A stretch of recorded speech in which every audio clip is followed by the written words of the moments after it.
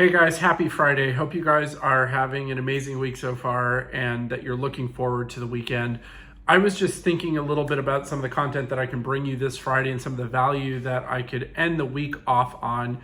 I'm hoping that you guys took a couple of minutes to check in on the playbook that Tom has been doing for us every single Monday.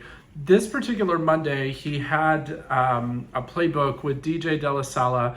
If you're not familiar with DJ and Lindsay are a team out in California.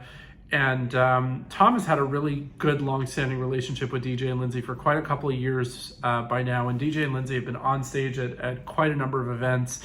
And as I was listening to this playbook, I mean, first of all, I had a lot of takeaways as to number one, really the mindset and attitude that we've got to be able to have as we're going into the business and as we're really trying to look towards how we establish our goals, how we have the right attitude, mindset, and approach towards our business. But the one thing that I really wanted to bring, and I think it applies to every single person that I have a coaching relationship with, is really looking at our active and passive lead pillars.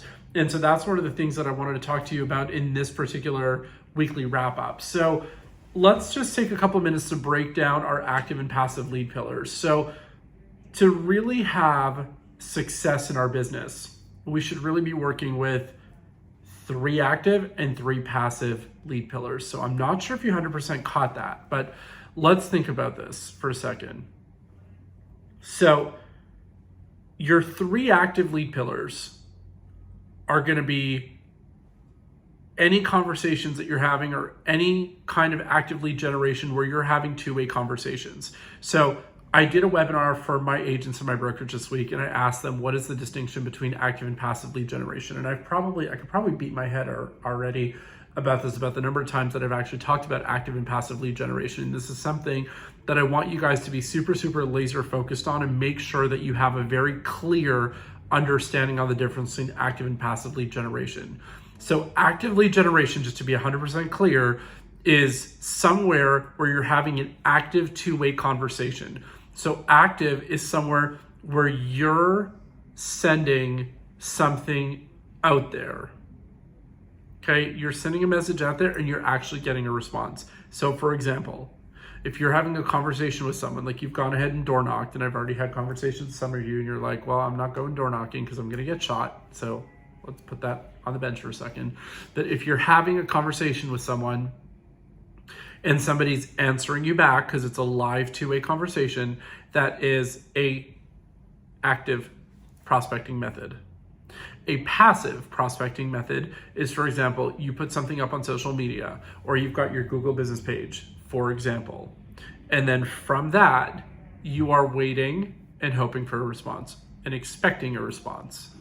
It could be email marketing. It could be a postcard. It could be direct mail.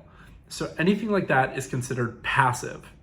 So what we're doing is we're making sure that we've got a combination between 3 active lead pillars and 3 passive lead pillars. So that is super, super important to be able to focus on to make sure that we've got a well-rounded business. So my challenge to you is, what is it that we can focus on to make sure that our lead sources are expanded enough to have 3 active and 3 passive lead pillars?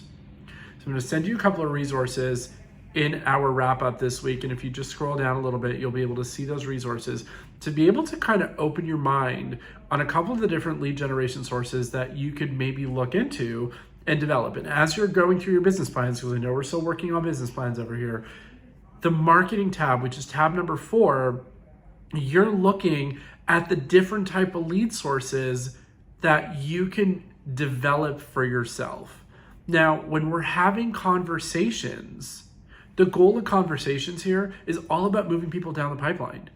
So the goal of the pipeline, when we're, the top of the pipeline, top of the funnel, is just creating interest, right? Interest is awareness. So people are aware, people know that you exist, but then we're moving people down the pipeline to interest. So you've got awareness, we're moving people down to interest. And when there's interest, it's like, okay, I hear your message, I know you exist, but now, is it something that I'm interested in? And now that you've moved people down to the interest part, that's where you're moving people down the pipeline and starting to say, hey, are we building trust? So that's where the trust part comes in. And then we're moving people down to the client part. That's where people become a client, lower down. And then once people are at client level, they're at that client level, that's where they become a client. That's where we're signing our agreements. And lower down, that's when we move them down, further down the pipeline, and that's where we go to the fulfillment stage. The fulfillment stage, that's when we get paid. So our goal is to have conversation just to move people down the pipeline, to move people down the funnel.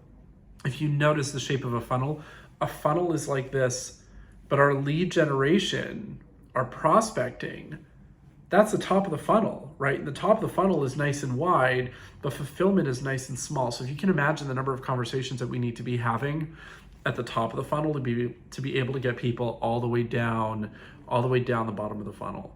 So just want to give you guys that perspective and some thoughts so that we can start looking at expanding our lead generation sources and be able to have a really rock on end to 2022 and have a super, super hard start to 2023. Hope you guys have an amazing week. Really looking forward to chatting with you guys on our calls and having an awesome week ahead. Have a great weekend, enjoy yourselves, and we will talk to you real soon.